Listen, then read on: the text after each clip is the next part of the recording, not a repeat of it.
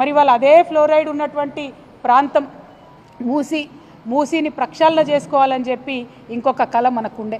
మరి నిజంగా మూసీ మురికెట్లయిందండి? మూసీకి మకిలు ఎట్లా పట్టింది?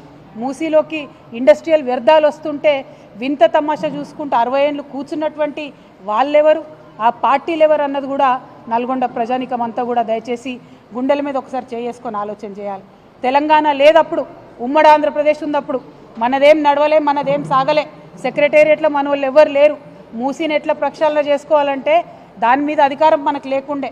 ఉద్యమం కోసం పిడికిలెత్తి పోరాటం చేసినన్ని రోజులు కూడా మనం అనుకున్నాం, ఏంది మూసీని మంచిగా చేసుకుంటాం, మూసీని గోదావరిని అనుసంధానం చేసుకుంటాం, మూసీలో గోదావరి నీళ్లు పంపు చేసి కంప్లీట్గా మూసీ పరివాహక ప్రాంతం అంతా కూడా బంగారు పంటలు పండేలాగా చేసుకుంటాం అనుకున్నాం.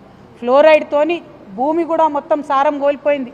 భూమిలో పండేటటువంటి పంటలు కూడా విషతుల్యమైనాయంటే కేసీఆర్ గారు కన్నకల, ఎంతోమంది తెలంగాణ వీరులు కన్నకల ఏంటంటే మూసీ నదిని ప్రక్షాళన చేసుకుంటామని అనుకున్నాం. మనం దానికోసం ప్రాజెక్టులు పెట్టుకున్నాం, దానికోసం ఒక 31 STPలు కట్టినాం. అంటే వచ్చే నీళ్లను శుద్ధి చేసేటటువంటి 31 కేంద్రాలను కేసీఆర్ గారి హయాంలోనే ట్రీట్మెంట్ ప్లాంట్ని నిర్మాణం చేయడం జరిగింది. ఆ తర్వాత మూసీని గోదావరిని కలపాలి. మూసీని గోదావరిని కలపడానికి మనకు కొండపోచమ్మ నుంచి అయితే దగ్గర అవుతుంది. దానికోసం ఒక 1600-1700 కోట్ల రూపాయలు అయితే సరిపోతుందని చెప్పి మనం ప్రాజెక్టులు పెట్టుకోవడం జరిగింది. అంటే మూసీలో 2 ఉన్నాయి అంశాలు, ఒకటి మూసీ ప్రక్షాళన, ఇంకొకటి మూసీ పునరుజ్జీవనం. ఈ 2 కూడా కేసీఆర్ గారి హయాంలో అత్యంత తక్కువ ఖర్చుతోని శాశ్వతంగా పరిష్కారం అయ్యేటటువంటి విధంగా మనం ఆల్రెడీ ప్రణాళికలు చేసి పెట్టినాం. అందులో 31 STPలు కూడా ఇలా పనిచేస్తున్న విషయం ఇప్పుడున్నటువంటి కాంగ్రెస్ పెద్దలకు కూడా తెలుసు.